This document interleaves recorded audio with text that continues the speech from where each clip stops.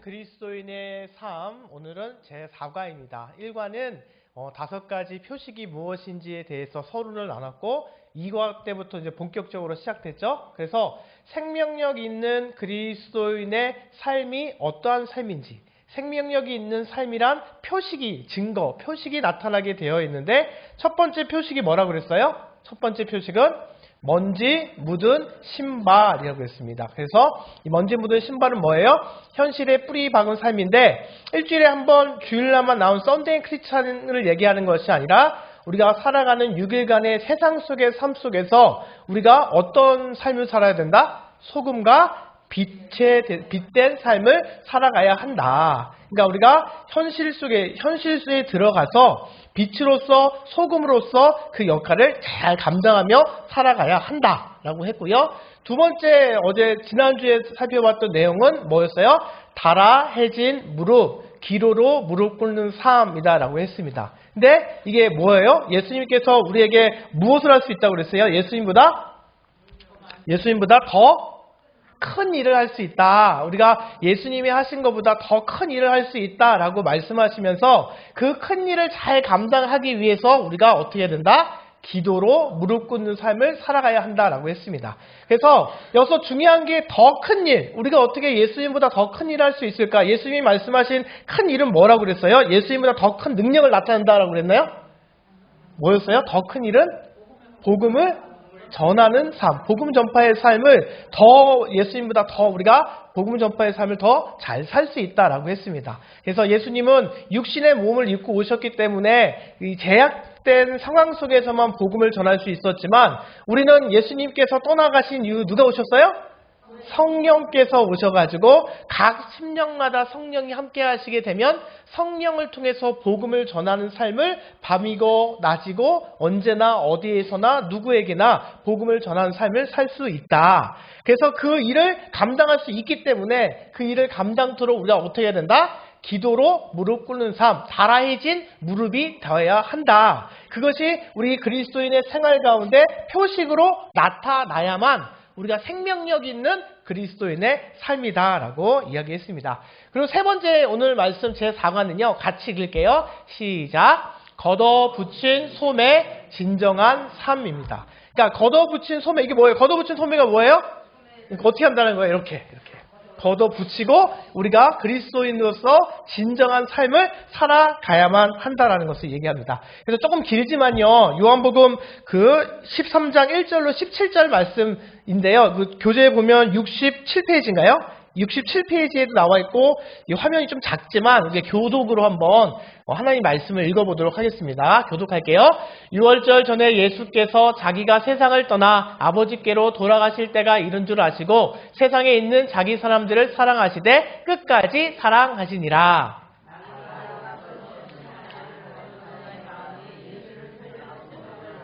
저녁 먹는 중 예수는 아버지께서 모든 것을 자기 손에 맡기신 것과 또 자기가 하나님께로부터 오셨다가 하나님께로 돌아가실 것을 아시고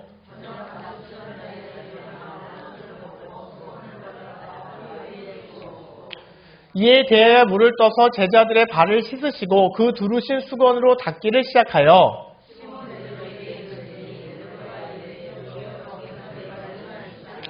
예수께서 대답하여 이르시되 내가 하는 것을 내가 지금은 알지 못하나 이후에는 알리라.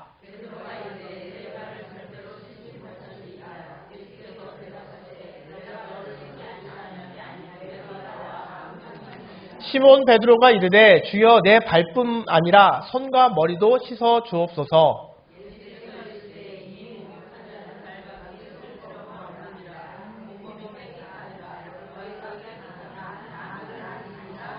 이는 자기를 팔 자가 누구인지 아심이라. 그러므로 다는 깨끗하지 아니하다 하시니라.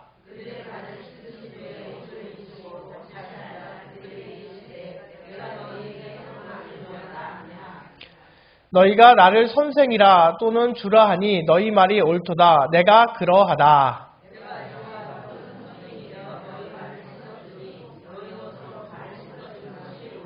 내가 너희에게 행한 것 같이 너희도 행하게 하려 하여 본을 보였노라.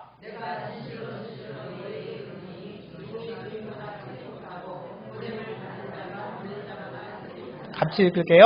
너희가 이것을 알고 행하면 복이 있으리라. 아멘.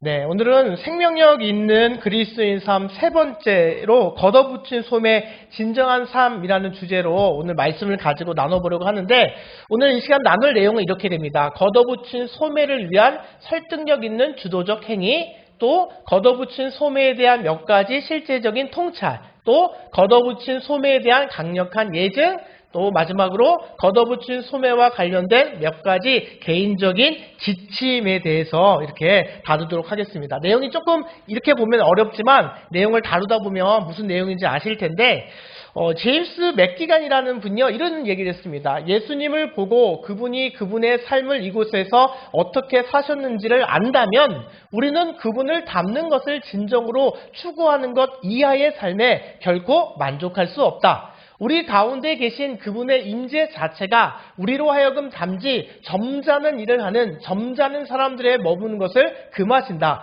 그들은 고리타분한 사람들을 인도하는 고리타분한 사람들일 뿐이다. 둘 다 점잖은 틀에 박히게 될 뿐이다. 라고 이렇게 말씀했습니다. 그러니까 이게 무슨 말이냐면, 우리가 예수님을 믿는다고 하면서 점잖 빼는 그런 모습 가운데 살아가는 그 모습은 결코 예수님의 삶을 아는 사람으로서 그렇게 살아가는 진실된 삶이 될 수가 없다라는 거예요. 그러니까 우리가 점잖을 빼고 산다는 건, 우리가 믿는 예수님도 이 세상 가운데 점잖을 빼고 사셨으면 우리도 그 예수님을 닮아 사는 것이 마땅하겠지만, 예수님은 점점 빼고 사셨나요? 이러고 사셨나요? 시험이 있으셨죠? 하고 사셨나요? 아니죠. 소매를 걷어붙이고 정말로 그 낮고 낮은 자, 정말 소외된 자를 찾아 헤매며 그 현실에 뿌리 박힌 삶을 사셨잖아요. 그 삶을 우리가 안다면 우리가 그렇게 점점 빼고 교회 안에서만 머물러 있는 그리스도인으로서 살아가서는 안 된다는 것입니다. 그래서 이 진술은요, 이 세상에서 우리의 삶을 어떻게 우리가 그리스도인으로서 살아가야 하는가라는 주제로 오늘 전체의 말씀을 나누려고 할 때 정말 멋진 선언인 것 같아요. 많은 사람들이요, 볼 수 있는 유일한 예수 그리스도의 인간적 이미지의 모습은요, 우리들밖에 없다라는 거죠. 그죠? 예수님의 모습을, 예수님은 승천하고 이제 부활하고 승천하셔서 우리는 눈에 보이지 않는데, 그 예수님의 볼 수 있는 기회는 누굴 통해서 볼 수 있다라는 거예요? 우리의 모습을 통해서, 우리의 어떤 모습을 통해서? 생명력 있는 믿음의 모습을 통해서 볼 수가 있다라는 겁니다. 그렇기 때문에 우리의 삶이 그분을 얼마나 정확하게 드러내느냐라는 것은요, 우리의 삶 자체에 있어서도 너무 중요하지만 복음을 전하는 그 삶에 있어서도 너무나도 중요하다라는 거예요. 제 주변에 이제 그 믿지 않는 친구들이랑 간혹 이렇게 만나게 되면요, 이런 이야기를 할 때가 있어요. 자기가 교회를 안 다닌 친구들을, 고등학교 친구들인데 교회를 안 다닌 친구들 이야기를 들면요, 왜 교회를 안 다니냐고 이야기를 하게 되면 자기는 예수님을 믿는데요, 예수님을 믿는데 교회는 안 다닐 거예요. 이런 말 혹시 들어본 적 있으세요? 예수님은 좋은데 교회는 싫다, 이런 말을 많이 들어보셨죠? 근데 예수님은 자신을 믿는데요, 예수님의 말씀이 너무 좋대요. 부처님보다 좋대요. 예수님의 말씀이 더 좋은데, 근데 자기는 교회는 가기 싫대요. 왜 그럴까요, 여러분? 예수님은 믿고 싶은데 교회에 다니기 싫다. 그 말을 제가 들었을 때 친구이자 또 목사 친구로서요, 너무나도 마음이 아팠습니다. 또 이런 얘기를 들을 때가 있죠. 누구 때문에 나 교회 안 나가? 누구 때문에 교회에서 신앙생활 못하겠어? 누구만 아니라면 나 교회 다닐 수 있는데, 저 목사 때문에, 저 목사 때문에 교회를 못 다녀. 저 목사 때문에 내가 교회를 못 다니겠어. 누구누구 장로님 때문에, 누구누구 권사님 때문에, 그 모습 때문에 내가 교회를 못 다니겠어라는 말을 할 때가 너무나도 많이 있습니다, 여러분. 혹여 우리가 그런 이야기를 듣고 있다면 이 시간 오늘 말씀을 통해서 우리의 모습을 되돌아보시고 함께 아파하면서 진실로 그런 사람들에게 우리가 본이 되어 살아갈 수 있는 우리 모두가 되셨으면 좋겠습니다.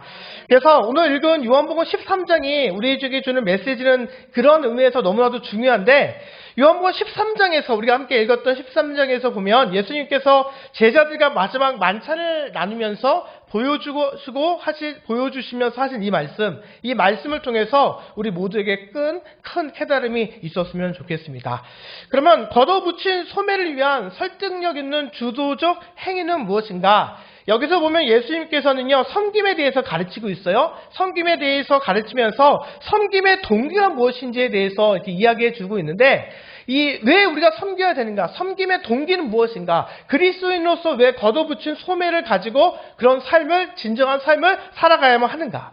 성경을 아무리 보아도요, 그 동기는 하나밖에 없습니다. 그 동기는 뭘까요? 섬김의 동기는 무엇이다? 무조건적인 사랑밖에 없다라는 것입니다. 요한복음 13장 1절에서 보니까 이렇게 얘기하죠. 같이 읽겠습니다. 시작. 자기 사람들을 사랑하시되 끝까지 사랑하시니이다. 아멘. 걷어붙인 소매를 위한 우리가 왜 섬기는 삶을 살아가야 하느냐, 그 이유는 무조건적인 사랑에 근거하는데, 그 사랑의 근거가 예수님의 사랑에 근거한다라는 거예요. 근데 뭐라고 얘기하셨어요? 예수님께서 자기 사람들을 사랑하시되 어떻게 사랑하신다? 끝까지 사랑하신다라고 말씀했습니다. 근데 여기서 끝까지라는 단어가 중요해요. 이 끝까지라는 단어가 우리가 어떻게 생각해요? 이 끝까지 사랑한다는 게 무슨 의미예요? 죽기까지. 되게 우리가 그렇게 생각하죠. 틀린 말은 아니에요. 여기서 끝까지 예수님이 정말 돌아가신 죽으시 직경까지 사랑하시니라 라고 우리가 그렇게 틀린 말은 아니지만, 이 헬라어로 원어로 딱 살펴보면요, 시간적인 의미라기보다는 어떤 의미를 갖고 있냐면요, 범위의 의미를 가지고 있습니다. 시간이 아니라 범위를 가리키는 의미로서의 끝까지예요. 그러니까 자기 사람들을 사랑하시되 어떻게 사랑하셨느냐? 최대한으로 사랑하셨다라는 의미를 갖고 있다는 거예요. 그러니까 끝까지, 죽기 직전까지 사랑하셨다는 의미랑 좀 다르죠. 예수님께서는 사랑하시되 최선을 다해서 사랑하시니라 라고 말씀하셨듯이, 우리 역시도 최선을 다하여 사랑함을 통해서 섬김의 삶을 살아가는 것이 진정한 그리스도인의 삶이 된다라는 것입니다. 예수님은요, 제자들을 그분의 사랑 전부를 다해서 사랑하셨어요. 그분은 그들을 최대한대로 최대치를 가지고 사랑하셨고, 그분은 그들을 무조건적으로 사랑하셨습니다. 신약에서 보면 사랑이라는 말이 참 많이 나오는데, 대부분 누구의 펜에서 쓰여졌냐면 요한 사도의 펜에 의해서 쓰여지게 되었습니다. 그래서 오늘 보면 이 요한복음 13장 1절에서 보면 다락방에서의 이 강화의 선언부터 시작해서 17장까지 쭉 가면 이 사랑에 대한 이야기가 나오는데, 이 사랑에 대한 예수님의 말씀 중에서 정말 핵심 중에 핵심의 이야기가 뭐냐면, 어떻게 사랑하라는 거예요? 혼자만 사랑하라? 어떻게 하라? 서로 사랑하라 라고 그렇게 말씀하고 있다는 거예요. 그러니까 요한이 쓴 예수님에 대한 사랑에 대한 핵심은 서로 사랑하라라는 말씀이었고, 이 서로 사랑하라는 것은 예수님의 정말로 율법을 뛰어넘은 새로운 명령이며 목표일 뿐만 아니라 어떠한 우리가 그리스도인으로서 살아가는 새로운 방법이 된다는 거예요. 율법을 지키고 율법에 따라만 사는 것이 아니라 그리스도인으로서 서로가 서로를 사랑하면서 살아가는 것이 예수님께서 하시는 명령, 새로운 명령이셨고, 그리스도인으로서 진정한 삶을 살기 위한 새로운 목표이고 방법이 된다는 것입니다. 우리가 어떤 사람들을 섬기든지요, 그 섬김의 동기는요, 무엇이 되어야 된다? 사랑이 되셔야만 한다는 거예요. 주님께서 우리에게 가르쳐 주시고 보여주신 사랑, 우리에게 주님께서 부어주신 사랑, 그 사랑이 섬김의 동기가 돼서 예수님께서 최대치로 나를 사랑하여 주셔서 구원하여 주셨고, 예수님께서 나에게 정말로 끝까지 정말로 부어주신 그 사랑을 받은 자로서 그 사랑이 근거가 되어서 그리스도인으로서 우리들이 참 섬김의 삶을 살아가는 것이, 걷어붙인 소매를 가지고 살아가는 삶이 진정 그리스도인의 생명력 있는 삶이 된다는 거예요. 여기서 분명한 것은 무엇이냐? 예수님을 믿는 우리가 서로 사랑하지 않으면 사람들은 예수님에 대해서 관심을 가질까요? 갖지 않을까요? 관심을 갖지 않습니다. 믿는 우리들이 서로 사랑하지 못하고 서로 이렇게 사랑하지 못하는 삶을 살아가게 되면 믿지 않는 사람들은 전혀 결코 예수님에 대해서 관심을 갖지 않게 된다는 것이죠. 캠벨 모전이요, 이렇게 얘기했습니다. 모건이 그리스도인이 서로를 사랑하지 못하는 것만큼 세상 사람들은 예수님을 어떻게 된다? 믿지 않게 된다. 예수님의 말씀에 의하면 이것이 제자도의 척도이다. 제가 앞서도 말씀드렸듯이 예수님의 말씀은 참 좋은데 나 교회 안 다닐 거야. 그 이유가 뭐예요? 예수님의 말씀은 좋지만 예수님을 따르는 우리들의 모습이 섬김의 삶, 사랑의 근거여서 참 섬김의 삶을 살지 못하기 때문에 우리가 정말로 세상 사람들에게 예수님을 전하지 못하고 있다는 거예요. 그래서 여러분 요즘 밖에서 보면 이게 좀 우스갯소리로 하는 이야기지만 여러분 들어봤는지 모르겠는데 저는 간혹 들었던 것 같아요. 막 이렇게 갑자기 막 다투잖아요? 다투면 옆에서 농담으로 하는 말이 좀 뭐라고 하면 야 여기가 교회인지 알아? 왜 이렇게 싸워? 이렇게 얘기한대요. 이게 정말 웃기는 하지만 좀 가슴 아픈 말이지 않나요, 여러분? 막 이렇게 갑자기 막 다투면 야 여기가 교회냐 왜 이렇게 싸우냐 이런 말을 한대. 여러분 들어본 적 없으시죠? 우리끼리만 지내고 계시니까 우리끼리만 지내니까 그런 이야기를 들을 일이 없는데 여러분 복음을 전하러 한번 나가보시면 이런 얘기 간혹 들을 때가 있습니다. 근데 여러분 그게 현실이지 않아요? 정말 교회 안에서 정말 싸울 때가 너무나도 많이 있잖아요. 목사인 저도 정말로 그 안에 정말로 그 앞에 자유롭지는 못하지만 이것이 현실이기 때문에 우리가 진정한 삶을 살아가지 못하는 것이고 우리가 정말로 예수님께 사랑을 받은 자로서 그 사랑을 마땅히 행하는 모습이 우리 삶 가운데 없다라는 것입니다. 그래서 우리는 진정한 삶, 손에 붙인 삶을 걷어붙인 삶을 살아가야 하는데 그 섬김의 동기는 무엇이다? 예수님의 무조건적인 사랑이다라는 것입니다. 그리고 두 번째, 섬김의 대상은 무엇이냐? 섬김의 대상은 누구일까? 예수님의 사랑의 근거에서 우리는 섬김의 삶을 살아가는 것이 진정한 그리스도인의 삶인데 섬김의 대상은 누구라는 거예요? 모든, 너무 답이 뒤에까지 나오네요. 섬김의 대상은요, 모든 사람이 된다는 거예요. 여러분, 이게 이 이야기 가운데, 이 이야기가 정말로 마음 가운데 잘 받아들여지십니까? 섬김의 대상은 모든 사람이다. 예수님이 말씀하신 섬김의 대상은 모든 사람이다. 여러분 이런 질문을 할 수 있어요. 그래도 주님 너무하지 않습니까? 저 사람은 빼고 내가 다 섬기겠는데 다 하나님께서 예수님께서 저를 사랑해 주셔서 모든 사람 다 사랑할 수 있는데 저 사람만큼은 제가 사랑하지 못하겠습니다. 저 사람만 빼고 제가 섬기며 사랑하겠습니다. 저 사람 있어요 없어요 여러분? 아무도 없으시겠어요? 네. 아니, 손가락이, 잘못하는데.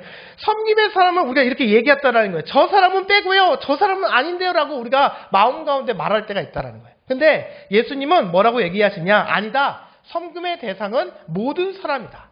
그 사람까지 사랑하라고 그 사람이 있는 것이다. 그 사람까지 사랑하는 수준으로 자라가야 하는 것이다가 우리 예수님께서 우리에게 주신 말씀이라는 거예요. 그러니까 나를 괴롭히는 사람들, 나를 정말로 힘들게 하는 사람이 있잖아요. 그래서 그 사람한테가 나를 너무나도 힘들게 하니까, 나를 자꾸 괴롭히니까 그 사람을 섬겨야 함을 알지만 정말 섬기는 것이 쉽지 않지만 왜 그 사람을 내 곁에 두시는가? 주님께서 그리스도인으로서 그 사람까지 섬기라고, 그 사람까지 사랑하라고 우리 곁에 두셨다라는 그 사실을 우리가 기억하면서 원수까지도 사랑하는 삶을 살아가셔야만 한다는 거예요. 물론 쉽지가 않습니다. 쉽지 않지만 우리가 어떻게 그런 삶을 살아가야 하느냐가 중요하다는 거예요. 여러분 예수님께서는 제자들을요 어떻게 했어요? 모든 예수님의 제자들을요 다 섬겼죠. 다락방에서 예수님께서 베드로의 발을 씻겼어요? 안 씻겼어요? 베드로 발을 씻겼는데 베드로는 어떻게 해요? 나중에 예수님을 3번이나 부인하죠. 얼마나 꼴보기 싫어요. 예수님, 저는 예수님의 수제자로서 예수님 다 알고 있잖아요. 3번 부인할 거 알고 있잖아요. 부인할 걸 뻔히 알고 있음에도 불구하고 얘는 나중에 부인할 놈인데 내가 굳이 섬길 필요 있을까? 그러고 예수님이 안 섬겼어요? 아니면 그럼에도 불구하고 섬기셨어요? 그럼에도 불구하고 예수님께서 섬기셨어. 또 그 자리에 마지막 안찬할 때 예수님의 12제자가 다 있었으니까 그 자리에 또 누가 있었어요? 정말 발을 닦아주기 싫은 한 사람이 또 있었죠. 누구예요? 가룟 유다. 얘가 뭐예요? 얘는 어떤 사람이에요? 예수님을 팔 사람이잖아요. 뻔히 유다가 예수님을 팔 줄을 뻔히 알고 있었지만, 배반할 줄 알았지만 예수님은 어떻게 했냐면 유다에게 성경에서 보면 떡 한 조각을 찍어줬을 정도로, 이건 우정을 나눈다는 뜻인데 그 떡 한 조각을 주셨을 정도로 예수님은 그까지 자신을 배신하는 제자까지도 이렇게 발을 닦아주며 섬기는 모습을 살아갔다라는 것입니다. 이와 같이 예수님은 자신을 배반하고 팔아넘길까지 자까지도 사랑하셨다. 바로 이것이 우리가 따라야 할 본이 되고요. 우리의 섬김의 대상은요, 특정한 사람이 아니라 내가 좋아하고 나한테 잘해주는 사람, 내게 이득이 되는 사람에게만 섬김을 하는 것이 아니라 누구에게 해야 된다? 모든 사람에게, 내 주변에 있는 모든 사람에게 섬김을 하며 섬김의 삶을 살아가야 된다. 섬김의 대상은 모든 사람이라는 거예요. 그리고 그러면 모든 사람을 예수님의 사랑받은 자로서 마땅히 섬기는 삶을 살아가야 되는데 어떻게 모든 사람을 섬길 수 있을까? 이게 답이 먼저 나왔어요. 섬김의 방법은 뭐예요? 주님에 대한 사랑이다라는 거예요. 어떻게 우리가 섬길 수 있는가? 주님에 대한 사랑으로 섬겨야 된다는 거예요. 요한복음 13장 34절에 어떻게 얘기하고 있어요? 내가 너희를 사랑한 것 같이 사랑하라 라고 말씀하고 있다는 거예요. 어떻게 그 사람의 행동이나 인격이나 태도에 관계없이 사랑으로 섬길 수 있느냐라고 물어본다면 주님께서 자격 없었던 우리를 사랑해 주셨던 것과 같이 우리들도 주님께 그 사랑을 빚진 자와 같이 빚졌던 것 같이 우리도 그 사랑을 빚을 내줄 수 있는 그런 삶, 예수님에 대한 사랑의 방법으로 우리가 섬길 수 있어야만 한다라는 것입니다. 그래서 어떻게 섬겨야 되느냐? 성령으로 말미암아 하나님의 사랑이 우리 마음에 부음바 되었다라고 말하고 있거든요. 로마서 5장 5절. 그래서 부음바 됨이 다른 사람들을 위한 우리 사랑의 원천이라는 거예요. 우리가 사랑하는 것이 아니라 주님께서 우리 안에서 우리를 통해서 사랑하시는 것이다 라고 하나님께서는 말씀해 주고 있다는 거예요. 바울 사도가 이렇게 말씀해 주고 있다는 거예요. 그러니까 우리가 정말로 주님의 사랑을 깨닫게 되면 주님께서 나를 사랑하신다라고 우리가 고백하게 되면 깨달으면 깨달을수록 어떻게 돼요? 더 그 주님의 사랑을 통해서 다른 사람을 사랑할 수 있다는 거예요. 어떻게 우리가 저 사람을 사랑할 수 있느냐? 예수님을 우리가 더 사랑하시면 그 예수님의 사랑이 우리 마음 가운데 거하게 되고 그 마음이 우리 안에 거하게 되면 원수까지도 사랑할 수 있게 된다는 거예요. 여러분 이런 경험 한 번쯤 있으실 거예요. 정말로 꼴도 보기 싫은 사람, 정말로 보고 싶지도 않은 사람, 그런데 정말로 목회자가 되었던 어떤 구역장님이 되었던 정말로 원수까지도 사랑하시고 그 사람까지도 사랑하는 것이 예수님께 복받는 길이라고 하니까 어떻게 했다는 거예요. 열심히 순종하는 마음으로 기도하고 예수님 앞에 정말로 용서하게 해달라고 막 기도했더니 마음 가운데 성령이 뜨겁게 일어서 그 사람을 용서하는 역사가 나타나게 되죠. 사랑하는 역사가 나타나게 되죠. 섬기는 역사가 나타나게 되죠. 그러니까 우리가 인간적으로는 그 사람을 섬기고 사랑할 수 없지만 예수님을 사랑하여서 예수님의 사랑이 우리 마음 가운데 부음바되면 성령 충만함으로 우리가 살아가게 되면 우리가 주님을 사랑한 만큼 그 모든 사람을 섬기며 사랑할 수가 있게 된다는 거예요. 마틴 루터가 이렇게 얘기했습니다. 인간은 누구든지 섬길 수 있기에 위대할 수 있다. 섬기기 위해 당신에게 필요한 것은 오로지 은혜로 가득 찬 마음과 사랑에 움직이는 무엇뿐이다? 영혼뿐이다 라는 거예요.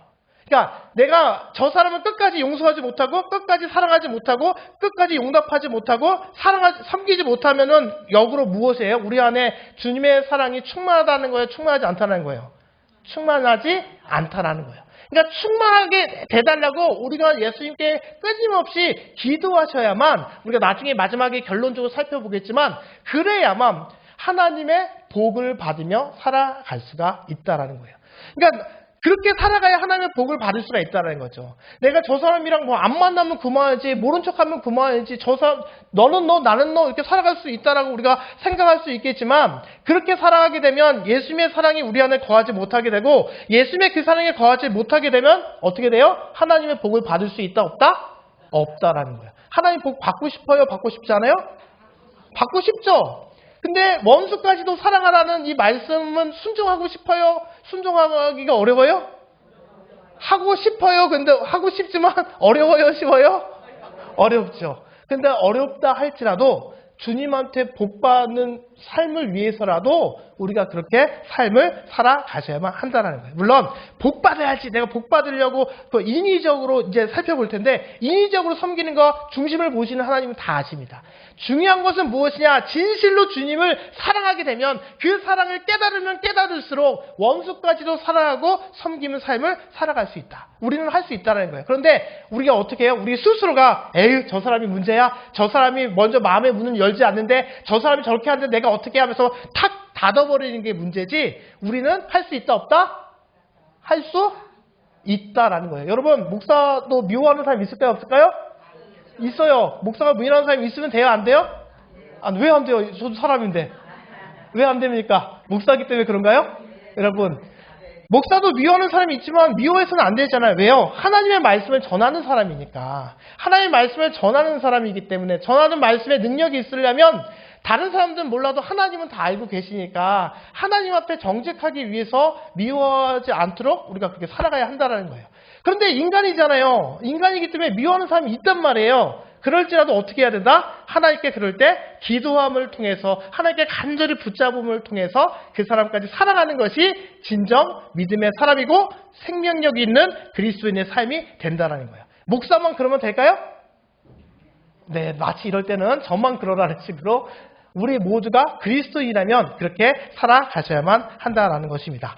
두 번째, 그러면 걷어붙인 소매에 대한 몇 가지 실제적인 통찰이 있는데 이 첫 번째로 이 걷어붙인 소매에 대해서 소매를 어떤 통찰을 갖게 되냐면 첫 번째는 걷어붙인 소매는요 우리의 무엇을 시험한다? 진정성을 시험한다. 그리스도인으로서의 진정성을 시험게 된다는 게 진짜 그리스도인인지 아닌지가 이 걷어붙인 소매를 통해서 드러나게 된다는 것입니다.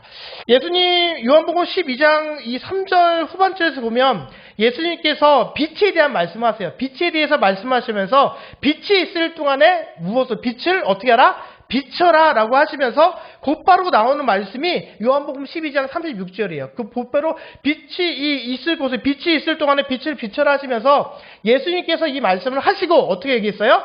저희를 떠나가서 숨으시니라 라고 말씀하고 있습니다. 그러니까 이 말의 요점은 무엇이냐면 예수님께서 빛된 역할을 감당하시고 어떻게 했다라는 거예요? 사람들의 대중의 눈을 피해서 제자들과 다락방으로 몸을 피우셨다라는 거예요. 그러니까 그분은 빛으로서 정말 자신의 그 빛된 능력과 빛된 어떤 그 역할들을 생중계로 라이브로 세상 사람들에게 보여주지 않았다라는 거죠. 이게 무슨 말을 의미하냐면 그것을 정말로 진정성 있게 한다는 것은 누가 보기 때문에 누가 보는 데서 우리가 정말로 가식적으로 걷어붙인 소매를 붙이는 것은 주님께서 말씀하시는 진정한 삶이 될 수가 없다라는 거예요. 예수님은 중계방송하지 않았죠. 빛된 역할의 그 이야기를 얘기하면서 빛을 비추라 얘기하시면서 다락방으로 숨겨서 오히려 제자들의 발을 이렇게 씻기셨다라는 거예요. 제자들을 씻기는 모습을 여러분 다른 사람들이 보게 했었으면 예수님을 어떻게 더 존경했겠죠. 그 당시에 예수님 이 발을 씻긴다는 것은 그 종들 중에서 가장 최하위에 가장 낮은 하대인들나 했던 일인데 스승이라는 사람이 제자들의 이 모습을 씻기는 모습을 보이면 정말로 빛된 모습이 딱 비춰지잖아요. 근데 예수님은 그렇게 그 모습을 보이지 아니하고 진실로 어떤 공중의 눈을 피해서 제자들을 섬기셨다라는 것을 오늘 말씀을 통해서 이 요한복음의 말씀을 통해서 우리에게 교훈해 주고 있다는 거예요. 물론 우리의 선한 일을요 다른 사람들이 보는 것이 잘못된 일은 아닙니다. 왜 아니에요? 마태복음 5장 16절에서는 예수님께서 어떻게 말씀하셨어요? 너희 빛이 사람 앞에 빛이 가여서 그들로 너희 착한 행실을 보고 하늘에 계신 너희 아버지께 영광을 돌리게 하라라고 얘기했죠. 그러니까 그 선한 모습이 비춰지게 하여서 믿지 않는 사람들에게 본이 되는 삶을 살라고도 말씀하셨어요. 그러니까 여기에서 요점은 무엇이냐면 무조건 사람들에게 보이면 진정성이 없다라는 것이 아니라 우리의 마음의 중심이 진정성을 가지고 어떻게 된다. 위선자들처럼 정말로 보여주기 위한 목적으로 우리가 섬기는 것이 아니라 내가 섬기는 것을 알게 하기 위한 목적으로 우리가 섬기는 삶을 살아가는 것이 아니라 어떻게 살아가야 된다? 예수님이 주신 말씀에 따라 진정으로 우리가 섬길 때 그 모습이 진정한 그리스도인의 생명력 있는 그리스도인의 걷어붙인 소매가 된다라는 것입니다. 그런데 만일 우리가 사람들 앞에 보는 앞에 선행을 행함으로써 상을 받고자 한다면 어떻게 될까요? 사람들에게 인정받고자 한다면 어떻게 될까요? 누구의 상을 못 받을까요? 하나님의 상을 받을 수가 없어요. 우리가 여러 가지 믿음 생활하다 보면 교회에서 봉사하고 헌신하고 이럴 때 보면 정말 인정받으려는 분들 있어요? 없어요? 있습니다. 다 닦았는데 다 닦았고 끝났는데 저기 누구 오시네? 이러면 한 번 더 닦고 이제 막 끝난 것처럼 탁 하고 오시는 분 경험적으로 나오는 거는 아닙니다. 그런 거 나온 건 아니에요. 그런 분들 있어요, 없어요? 양심에 손을 얹고 있지 않으세요, 여러분? 저만 그런 적이 있었나요? 근데 저는 그런 적이 사실 있었어요. 이렇게 딱 정리하다가 부목사 때 목사님 이렇게 오시는 게 딱 보여서 이미 다 끝났는데 한 번 더 정리한 적은 있습니다. 그 모습이 좋은 모습은, 온전한 모습은 아니라는 거예요. 인간적으로 그럴 수는 있겠지만, 연약한 모습일 수 있겠지만, 그런 모습으로는 진정한, 예수님이 말씀하신 진정한 걷어붙인 소매의 삶이 될 수가 없다. 우리가 진실로 우리의 마음 가운데 걷어붙인 소매는요, 우리가 누가 알아주길 원하는 것이 아니라 하나님 앞에서의 온전한 모습만이 우리의 진정성을 시험하는 모습이 된다. 이게 이 걷어붙인 생명력이 있는지 없는지 걷어붙인 소매를 통해서 진정성을 시험하게 된다라는 것을 이야기하고 있습니다. 길버트 비어스라는 사람이 이렇게 얘기했어요. 그리스도인의 섬김을 받는 사람들에게 그리스도를, 그분의 아름다움과 온기를 전해준다. 또한 섬기는 사람에게는 그리스도의 선물을 가져다 준다. 하나님을 섬기고 다른 사람을 섬기는 일은 잔치에 참석하는 것과 같다. 우리는 잔치의 기쁨 속에서 활력과 힘을 얻는다. 그러나 섬김을 통해 얻을 수 있는 것이 결코 하나님을 섬기고 다른 사람들을 섬기는 동기가 되어서는 안 된다. 여기가 중요해요. 우리가 주기를 원하기 때문에 섬긴다면 주는 것보다 훨씬 많이 받게 될 것이며, 우리는 그리스도 안에서 자라며 우리의 섬김의 능력도 훨씬 더 효과적으로 자랄 것이다. 두 번째 문단의 마음으로 우리가 섬길 때 이 세 번째 문단의 상황이 우리에게 따라오게 된다는 거예요. 그런데 순서가 바뀌어서 세 번째 상황을 위해서 우리가 섬김의 삶을 그렇게 드러내며 살아가게 되면 그 은혜가 우리한테 진정으로 임하지 못하게 된다라는 것이죠. 달라스 윌lard이라는 분이 이렇게 얘기했습니다. 하나님과 그분의 뜻, 곧 하나님이 내게 원하시는 것, 즉 그분을 섬기는 일과 그분 때문에 남을 섬기는 일에 대한 일편단심의 즐거운 헌신이야말로 그리스도를 닮은 모습으로 변화된 의지의 모습이다. 이게 무슨 말이에요? 그리스도를 닮아가야 된다는 거예요. 흉내 내서는 안 되고요. 닮아가야 된다는 거예요. 섬기는 척하는, 정말 소매를 거둔 척하는 흉내내는 삶이 아니라, 그건 진정성 있는 모습이 아니라 닮아서 예수님의 그 진정한 섬기의 삶을 닮아서 행하는 삶을 살아가야만 그것이 진정 생명력 있는 그리스도인의 삶이 된다는 거예요.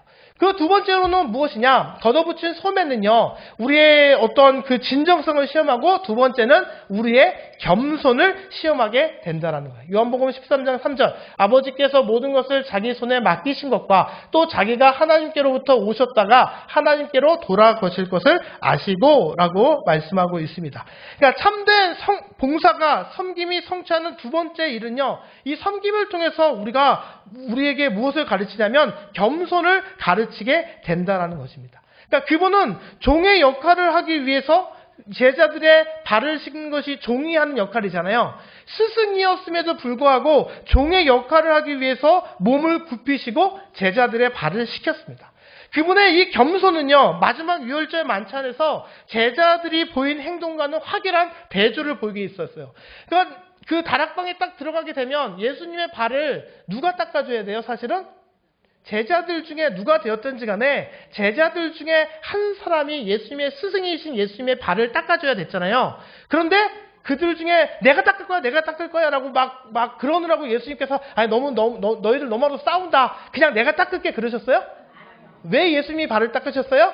아무도 발을 닦으려고 하지 않았기 때문에. 그러니까 왜 발을 닦으려 하지 않았을까요? 예수님은 이 만찬 이후에 어떻게 돼요? 이제 십자가의 상에서 이제 죽음을 맞이하시고 이렇게 예수님의 그 사역을 감당하시게 되잖아요. 근데 이 제자들은요, 어떻게 알고 있었어요? 예수님이 이제 로마를 무너뜨려서 왕이 될 거라고 생각하고 있었단 말이에요. 그래서 그들은 지금 무엇을 가지고 싸웠어요? 막 싸우긴 싸웠죠. 예수님을 섬길 거야, 내가 섬길 거야. 예수님 오른발은 내 발이야, 내가 섬길 거야. 이게 아니라 뭐 가지고 싸웠어요? 누가 더 큰 자이냐 가지고, 내가 영의정 자리에, 내가 좌의정 자리에 올라갈 거야, 이거 가지고 막 싸우느라고 정작 스승이 되시는 예수님의 발을 닦아줄 생각조차 하지 않았고요. 또 동시에 어떤 생각을 하고 있냐면, 내가 예수님의 발을 닦으면 내가 쟤네들보다 낮아지는 거 아니야. 내가 낮아지면 예수님이 왕이 되었을 때 이게 정말로 빌미가 돼서 내가 저 밑에 자리밖에 차지하지 못하는 거 아니야? 라는 그런 생각이 들었던 거예요. 그러니까 예수님의 발을 아무도 닦으려 하지 않았고 낮아지려 하지 않았고요. 정말 겸손하려고 하지 않았기 때문에 정말로 예수님께서 그렇게 먼저 무릎을 굽히시고 제자들의 발을 닦으시면서 제자들의 그 모습과 그 교만한 모습과 겸손치 않은 모습과 대조되는 모습을 보이고 있다는 거예요. 이 장면을 한번 상상해 보았으면 좋겠어요. 제자들은 겸손한 섬김의 행동으로 그들의 발을 씻기실 지상에서 가장 위대한 분과 함께 만찬을 나눈 자리에 있었어요. 그런데 거기서 그들은 누가 가장 큰 자를 놓고 막 다툼을 벌이고 있었다는 거예요. 말씀 통해서 예수님은 우리들에게 낮아지라고 겸손하라고 섬기라고 이야기하고 있지만 우리는 과연 얼마나 섬기려 하는 삶을 살아가고 있는지, 예수님의 제자들의 모습이 우리의 삶 가운데, 현재 모습 가운데 나타나고 있지는 않은지 우리가 한번 살펴보시면서 이 걷어붙인 소매를 통해서 우리가 정말로 겸손한 자인지 그렇지 않은지가 드러나게 된다라는 것입니다. 성경은요, 우리가 겸손의 옷을 입어야 된다고 얘기하고 있어요. 겸손의 옷을 입어야만 예수 그리스도의 은혜 가운데 거할 수 있다라고 이야기하고 있습니다. 골로새서 3장 22절에서 그러므로 너희는 하나님이 택하사 거룩하고 사랑받는 자처럼 긍휼과 자비와 겸손과 온유와 오래 참음의 옷을 입고 겸손의 옷을 입으라 라고 말씀하고 있죠. 그러니까 우리는 겸손의 옷을 입으셔야만 한다라는 거예요. 그러면 겸손은 뭐예요? 겸손은 뭔가요, 여러분? 우리가 어떻게 높아지는 거예요? 낮아지는 거예요? 우리를 낮추는 것이 겸손이라는 거예요. 여러분 한번 생각해 보시기 바라요. 예수님은 원래 누구세요? 예수님은 하나님과 근본적으로 같았죠. 그런데 이 땅에 내려오셨으니까 예수님은 어떻게 되신 거예요? 낮추셨죠. 비하하셨죠. 낮아지셨어요. 그러니까 예수님은요, 기본적으로 낮추실 게 있었던 거예요. 하나님이란 높은 자리에서 낮추실 게 있는 상태에서 낮추셨다라는 거예요. 그런데 이에 반해 우리는 낮출 게 뭐가 있어요, 여러분? 우리는 낮출 게 있습니까? 우리는 낮출 것도 없는데 서로 높아지려고 해요. 우리 자신이 높아지려고 하는 모습 가운데 살아가고 있습니다. 우리는 주님과는 달리 원래 낮은 존재, 우리는 아무것도 없는 존재입니다. 여러분, 제가 목사가 아니면 저 젊은 사람이 옆에서 1시간 동안 떠드는 이야기 들어요, 안 들어요? 들어요, 안 들어요? 하나님이 저를 부족하지만 목사 삼아주시고 한 교회를 섬기게 하시니까 저보다 더 훌륭하시고 저보다 더 똑똑하시고 저보다 더 월등하신 분들이 제 이야기를 듣죠. 저는 아무것도 아닌데 하나님이 높여주셔서 높여서 섬기는 자리에 있게 하셔서 제가 이렇게 말씀을 전할 수 있는 것이지, 우리 모두는 저를 비롯해서 다 기본적으로 낮다라는 거예요. 그러니까 우리가 낮은 대로 그냥 살면 겸손하게 살아가야 되는데 어떻게 된다는 거예요? 정말 높일 것도 없는데 높아지려고 우리가 서로 언성을 높이고 서로 우리가 높아지려는 모습 가운데 살아가고 있다는 거예요. 단지 주님이 우리를 존귀하게 여기셔서 우리가 이렇게 그래도 살아가는 것인데, 주님은 높으셨던 분인데 낮추셨고 우리는 별것도 아닌데 반대로 높아지려 하고 있다라는 것입니다. 우리가 낮다는 이 사실을 인식하고 가만히 있으면 되는데 자꾸 그것도 모르고 자꾸만 높아지려고 해요. 대접받으려고 하고 남이 날 섬겨줄 것을 기대하고 섬겨주지 않으면 기분 좋아해요? 나빠해요? 기분 나빠합니다. 아, 뭐야, 왜 저는 나한테 아무것도 안 해? 왜 뭐야? 쟤 뭔데? 이런 생각 우리가 갖잖아요. 그런 생각 갖지 않으십니까? 그런 생각을 가질 때가 분명히 있는데, 그러지 말고 우리가 어떻게 해야 된다? 우리가 먼저 소매를 걷어야 된다라는 거예요. 근데 저는요, 이 부분에서 우리 용광교회가 참 자랑스럽습니다. 다른 부분은 솔직히 잘 모르겠어요. 다른 부분은 잘 모르겠는데 소매를 걷는 부분, 우리 여기 계신 분들, 특히 여기 계신 분들은 정말 앞장서서 소매를 걷는 모습을 참 많이 봤어요, 교회에서. 정말 주일날 정말 예쁜 옷을 입고 정말로 다 예쁘게 오셨는데 정말 마대자루를 잡는 것을 전혀 개의치 않으시고 빗자루를 잡는 데 전혀 개의치 아니하시고 소매를 거치는 그 모습을 볼 때 목사로서 참 감동이 되고 감사함을 고백하게 되었습니다. 그 모습이 그 한 장면에서만 나오지 않기를 바라고요. 모든 삶의 영역에서 겸손한 모습으로 살아가시는 우리 모두가 되시기를, 그것이 바로 생명력 있는 그리스도인의 진정한 삶이 됨을 늘 기억하며 살아가시는 우리 모두가 되셨으면 좋겠습니다. 다음으로 세 번째, 걷어붙인 소매에 대한 강력한 예증이 있는데 이 요한복음 13장 4절 5절에서는 이렇게 얘기합니다. 저녁 잡수시던 자리에서 일어나 겉옷을 벗고 수건을 가져다가 허리에 두르시고 이에 대야에 물을 떠서 제자들의 발을 씻으시고 그 두르신 수건으로 닦기를 시작하였다라고 말씀하고 있죠. 그래서 예수님의 겸손의 섬김은 가장 낮은 종의 역할이었다는 거예요. 예수님의 이 겸손한 섬김은요, 가장 낮은 종의 역할을 감당하는 거였다는 거예요. 제가 앞서도 말씀드렸듯이요, 당시 저녁 만찬에 초대받은 손님들은요, 우리는 만찬을 하면 일반 테이블 같은 데서 이렇게 앉아서 이렇게 하잖아요. 만찬이다 생각하면 우리가 그 최후의 만찬 딱 보면 어떻게 돼 있어요? 큰 긴 만찬대가 딱 있고 거기 다 앉아 있잖아요. 근데 사실은 그 모습이 아니라 어떻게 되어 있냐면 유대의 그 풍습에 보면요, 그 만찬을 하게 되면 이렇게 다 개인적으로 이렇게 다 거의 반 누워 있는 상태로 이렇게 만찬을 즐기게 되어 있어요. 그러니까 앉은 상태가 아니라 이렇게 다 누워 있는 상태로 이게 만찬을 즐기는 그런 풍습 가운데 그릇을 이렇게 쫙 펼쳐놓고 음식 담은 것을 펼쳐놓고 눕거나 이게 이렇게 누워 있는 그런 상태로 만찬을 즐겼는데 그렇기 때문에 제자들의 발은요, 현대 식사 형식처럼 그냥 테이블 위에 있지 않았다라는 거예요. 그냥 이렇게 누워있는 상태에 있는데 예수님이 물이 담긴 대야와 수건을 가지고 제자들이 누워있는 곳을 차례로 돌기 시작했다는 거예요. 그러니까 대야를 들어서 누워있는 제자들에게 가서 제자들의 발을 이렇게 얹어서 씻기시는 모습으로 섬기셨다라는 거예요. 순서들을 그들의 발을 씻기셨는데 이 일은 앞서도 말씀드렸듯이 종들이 하는 일인데 종들 중에서도 누가 한다? 가장 낮은 종들이 하는 역할이었다라는 거예요. 그 역할을 감당하심으로써 섬김의 모습을 본을 보임으로써 가장 낮은 종의 역할을 예수님께서 보여주셨다는 거예요.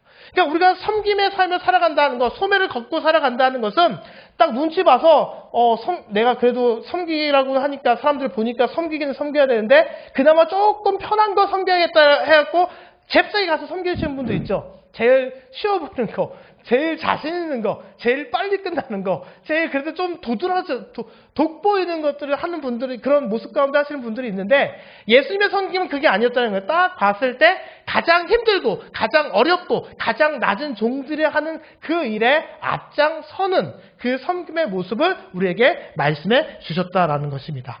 빌립보서 2장에서 보면 그는 근본 하나님의 본체시나 하나님과 동등됨을 취할 것을 여기하지 아니하시고 오히려 자기를 비워 종의 형체를 가지사 사람들과 같이 되셨다라고 얘기하고 있습니다. 그는 가장 낮은 종의 역할을 기꺼이 그리고 친히 담당하셨다라는 거예요. 그런데 예수님의 제자는 그랬어요? 안 그랬어요? 예수님의 제자들은 안 그랬어요. 왜요? 그 발을 닦으면 내가 가장 낮아지는 사람이 되는 것이 싫었기 때문에 그 삶을 살지 않았다는 거예요. 그러면 여기서 보여주는 것은 무엇이냐? 예수님의 겸손한 섬김은요, 제자들의 교만한 야망에 대한 침묵의 책망이 되었다는 거예요. 예수님의 제자들 중 그 누구도 섬김의 삶을 살아가지 않고 예수님은 섬김을 받으러 온 것이 아니라 도리어 섬기러 왔다라고 분명히 말씀하셨음에도 불구하고 섬기지 않는 그 제자들의 모습을 보시면서 침묵의 책망으로서 그냥 그 교만한 모습, 교만한 야망에 대해서 책망하고 있는 모습이 바로 예수님께서 섬기시는 모습이 된다라는 거예요. 그러니까 여러분, 우리들도 저 사람 뭐 이래저래 막 뭐라고 하실 필요 없어요. 예수님처럼 우리가 먼저 그 섬김의 모습을 보이시고 우리가 먼저 낮아지신 삶을 살아가실 때 비록 그 사람이 바뀌지 않을 수 있어요. 그 사람은 바뀌지 않을 수 있지만 우리는 하나님께 인정받고 우리는 하나님께 칭찬받는, 나중에 이제 살펴보겠지만 칭찬받고 상을 받는 삶을 살 수가 있다라는 것입니다. 이 시간 우리가 그런 믿음의 삶을 반드시 살아가시면 좋겠고 그것이 바로 예수님께서 우리에게 보이신 참된 겸손의 섬김이 된다라는 것입니다. 레슬린 플린이라는 분이요 이렇게 얘기했어요. 만일 내가 섬기지 않는다면 예수님의 섬김을 받지 않는 셈이다. 내가 섬기지 않으면요 예수님의 섬김을 받지 않는 것과 다름없다라는 것을 우리들에게 말씀해주고 있습니다.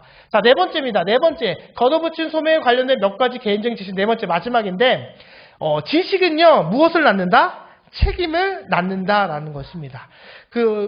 오늘 말씀에서 보면 그들의 발을 씻으신 후에 옷을 입으시고 다시 앉아 그들에게 이르시되 내가 너희에게 행한 것을 너희가 아느냐? 너희가 나를 선생이라 또는 주라 하니 너희 말이 옳도다. 내가 그러하다. 내가 주와 또는 선생이 되어 너희 발을 씻었으니 너희도 서로 발을 씻어주는 것이 옳으니라 라고 얘기하고 있습니다. 요한복음 13장 12절로 14절은 우리가 어떤 것을 알게 될 때 거기에는 무엇이 따른다는 것을 가르쳐주고 있는 거예요? 책임이 따른다는 것을 말해보고 있다는 거예요. 뒤에 보니까 발을 씻어주는 것이 어떻다라고 얘기하고 있어요? 옳다라고 얘기하고 있어요. 서로 발을 씻기는 것이 지극히 마땅하다라는 거예요.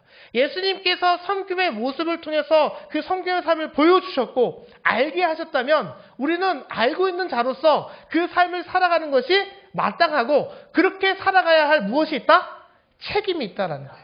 예수님께서 섬기셨다는 것을 우리가 안다면, 지식을 가지고 있다면, 그래, 예수님은 나를 위해 죽기까지 섬기셨어. 그래서 내가 구원받았어. 내가 그래서 하나님의 자녀가 되었어. 여기서 끝날 것이 아니라 그 지식을 알았다면 우리가 그에 따른 책임이 있다는 거예요. 섬기는 삶을 살아가는 것이 마땅하다는 거예요. 서로 발을 씻어주는 것이 옳으니라라고 예수님께서 분명히 우리에게 말씀해 주셨다라는 것입니다. 그것이 마땅한 우리의 모습이에요. 제자들은요, 예수님의 섬김을 보았고요, 들었고요, 깨달았습니다. 그래서 이제 그들도 서로를 위해 같은 일을 행해야 할 책임을 갖게 되었어요. 지식은요, 머리에만 남아있어서는 안 됩니다. 그 지식은 우리의 손과 발을 움직이는 실천으로 옮겨지기까지 가슴에 전달되어야 하는 그 책임감을 가지셔야 돼요. 그냥 아는 것에서 그치는 것이 아니라 아는 것에 대해서 우리가 가슴에 정말로 은혜를 마음 가운데 정말로 감동을 받았다면 우리의 손으로 행하셔야 되고요. 그 손으로 행하는 것이 정말 일시적인 것이 아니라 어떻게 된다? 습관이 돼야 된다는 거. 습관이 된다는 거. 머리로 얻게 된 지식을 마음에 담아야 되고 마음에 담기만 하는 것이 아니라 손으로 행해야 되고 손으로 행하는 그 모습이 어떻게 된다? 습관이 돼야 된다. 그래야 우리가 진정한 건강한 그리스도인의 삶을 살 수가 있다는 것입니다. 두 번째로는요, 본인 책임을 보는 책임을 증가시킨다는 거예요. 그러니까 우리의 지식은 책임을 낳고요, 보는 책임을 증가시킨다는 거예요. 본을 보인다. 내가 너에게 행할 것 같이 너희도 행하게 하려 하여 본을 보였노라. 내가 진실로 너희에게 이르노니 종이 주인보다 크지 못하고 보냄받은 자가 보낸 바보다 크지 못하느냐라고 얘기하고 있습니다. 왜 본을 보이냐? 우리도 하라고 본을 보이라고 말씀하셨기 때문에 본을 보여야 되고요. 이 본은 책임을 더욱더 증가시킨다는, 우리가 더욱더 책임을 그냥 가르쳐 주신 거에만 해라가 아니라 진짜 우리 예수님께서 본을 보이셨기 때문에 그 본을 통해서 우리는 더욱더 큰 책임감을 가지고 주님께서 우리에게 보여주신 본보다 더 강조된 것은 있을 수가 없기 때문에 그 섬김의 삶을 우리가 더욱더 책임감을 가지고 살아가셔야만 한다는 거예요. 그리고 세 번째, 그러기 위해서는요, 순종이 필요하고요. 순종은요, 우리의 진정성을 결정한다는 거예요. 우리가 아는 것을 본을 통해서 보여주셨기 때문에 정말 책임감을 갖고 해야 되는데 그 책임감을 가지는 데 필요한 순종을 통해서 우리의 진정성, 진짜 우리가 손에 걷어 붙인 그리스도인의 삶을 살아가는지 아닌지가 순종을 통해서 드러나게 된다라는 거예요. 너희가 이것을 알고 행하면 어떻게 된다? 복이 있으리라. 여러분은 너희가 이것을 알면 복이 있으리라 라고 하기를 바라시겠지만 뒤에 뭐가 붙었어요? 알고 행하면, 행해야 돼요. 알고 행해야 돼요. 행해야 복이 있다라는 거예요. 섬김의 삶을 본을 보여주신 예수님의 모습을 우리가 알기 때문에 알았다면 실제로 행해서 복 있는 삶을 우리가 누리셔야만 한다라는 거예요. 예수님은 너희가 이것을 생각하면, 이것에 대해 놀라면, 내가 이것에 대해 이야기하면, 또 너희가 이것을 말하면 복이 있다라고 말하지 않았어요. 말하면, 네가 깨닫게 되면, 생각하게 되면 복이 있을 것이다 말하지 않았다는 거예요. 알고 행해야만 복이 있다라고 얘기했다는 거예요. 기독교는요, 여러분, 그냥 사색의 종교가 아니에요. 그냥 지식의 종교가 아닙니다. 어떤 종교냐면 행함의 종교입니다. 기독교라는 종교는요, 행함이 있어야 그 종교가 살아있는 종교가 돼요. 행함이 없으면요, 손가락질 맞습니다. 여러분, 정말로 우리 기독교인들 솔직히 말해서 우리 기독교가 아무리 손가락질 받아도요, 정말로 이 땅 위에 얼마나 많은 일들을 감당하고 있는지 몰라요. 아시죠, 여러분? 기독교인들이 알게 모르게 얼마나 많은 이 세상 가운데 선한 일을 감당하고 있어요. 그런데 어떻게 돼요? 세상의 잣대와 가치관을 우리는 더욱더 크게 보기 때문에 손가락질합니다. 여러분, 스님이 벤치 타고 가는 거에 대해서는 뭐라고 하지 않는데요. 목사가 벤치 타면 손가락질합니다. 여러분. 왜 그럴까요, 여러분? 그만큼 이 도덕의 이 잣대가 기독교인들에게 더 높기 때문에 그렇다라는 거예요. 그러니까 중요한 것은 무엇이냐? 온전한 이 진실된 행함의 삶을 살아가야 우리가 생명력을 가질 수 있는데 이 행함이 그냥 보통의 행함이 될 수 없다라는 거예요.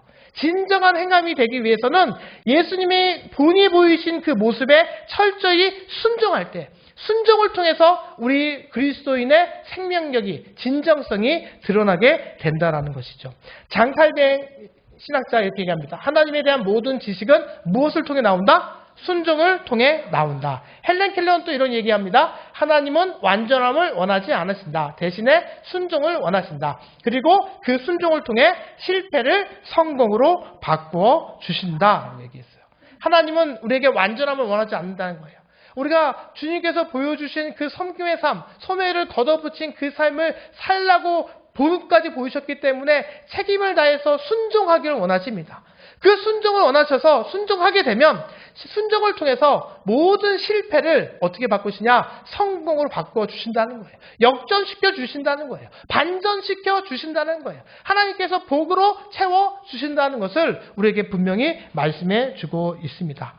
여러분, 우리가 주님과 동행하면 동행할수록요, 행복은 추구한다고 해서 얻는 것이 아님을 깨닫게 돼요. 그죠? 우리가 주님과 함께하면 함께할수록 우리가 행복을 쫓아 살아간다고 행복할 수 있는 것이 아니라는 거예요. 행함이라는 것은 결국 하나님에 대해 순종에 뒤따르는 일종의 부산물과 같은 거예요. 우리가 하나님께 대하여 순종하면 그때 따르는 것이 행복이 된다는 거예요. 행복을 쫓아가면 행복할 수 없지만 순종하면 우리들이 행복할 수 있다. 하나님이 주시는 행복의 삶을 누릴 수가 있게 된다는 거예요. 여러분, 세상 속에 갖가지 여러 가지 환경 오염부터 시작해서 경제 문제 여러 가지 다 어려움들이 있잖아요. 그 어려움들의 그 다양한 어려움들이 있지만 그 모든 어려움의 공통적인 가장 밑바닥에 있는 원인이 뭘까요? 그 겸손하면 문제가 일어나지 않겠죠. 서로가 겸손하게 행하면 문제가 일어나지 않겠죠. 뭐 때문에 일어나냐? 인간의 탐욕입니다. 인간의 탐욕 때문에 갈등이 있고 다툼이 있고, 인간의 다툼 때문에 경제적인 문제에 어려움이 생기는 것도 결국 인간의 탐욕 때문에, 전쟁으로 평화롭지 못하는 것도 인간의 이기적인 탐욕 때문에, 결국 탐욕으로 인해서 우리가 그렇게 살아간다는 거예요. 그런데 그 탐욕을 이길 수 있는 해결 방법은 무엇이냐면 하나님의 말씀에 순종하는 것밖에 없다라는 거예요. 하나님의 말씀에 순종하면 우리 안에 있는 제약된 그 탐욕을 극복할 수 있고, 그 제약된 탐욕을 극복하게 되면 그 비어지는 그 자리에 하나님께서 주님 주시는 행복으로 우리의 삶을 채워주시게 된다라는 것이죠. 이 시간 우리들에게 그 삶이 반드시 일어나시기를 주님의 이름으로 간절히 부탁을 드립니다. 우리가 먼저 겸손함으로 섬김의 삶을 살아가셔서 하나님이 주시는 행복의 삶을 살아가셨으면 좋겠습니다. 그러면요, 예수님께서 약속을 하셨어요. 다시 한번 읽어볼게요. 마지막 말씀 읽겠습니다. 시작. 너희가 이것을 알고 행하면 복이 있으리라. 같이 안에 가로까지 같이 읽을게요. 너희가 이것, 내가 너희에게 보인 것과 같은 섬김의 행동을 알고 행하면 복이 있으리라. 이 복이 우리의 모든 복이 되었으면 좋겠습니다. 결론입니다. 결론인데요. 우리 이웃이나 동료 중에요, 분명히 어려운 시기를 지내고 있는 분들이 분명히 많이 있을 거예요. 우리가 그렇게 잘 알지 못하는 사람들에게는 사실 뻗어야 되지만 그 손을 뻗는 것이 쉽지 않기 때문에 우리가 어떻게 했으면 좋겠냐? 우리가 우리 주변에서 정말로 어려움에 처한 사람들, 근심 가운데 있는 사람들, 걱정 가운데 있는 사람들에게 우리가 가서 예수님께서 보이신 섬김의 삶을 살아가는 우리 모두가 되셨으면 좋겠습니다. 그래서 우리가 모두 이 소매를 다 살펴보셔서 내 소매가 그저 주님 앞에 예뻐 보이는 소매인지, 아니면 정말로 우리가 정말로 걷어붙인 소매로서 우리가 정말로 진정한 그리스도인의 삶인지를 잘 살펴보셔서 진실로 정말로 자유롭게 그 삶을 행하며 살아가시는 우리 모두가 되셨으면 좋겠습니다. 여러분, 옷이요, 이렇게 있으면 활동하는 게 편해요? 이게 편해요? 아니면 이렇게 걷어붙이는 게 편해요? 걷어붙이는 게 편합니다. 걷어붙이고 주님의 섬김의 삶을 반드시 살아가시는 우리 모두가 되시기를 주님의 이름으로 간절히 기원합니다.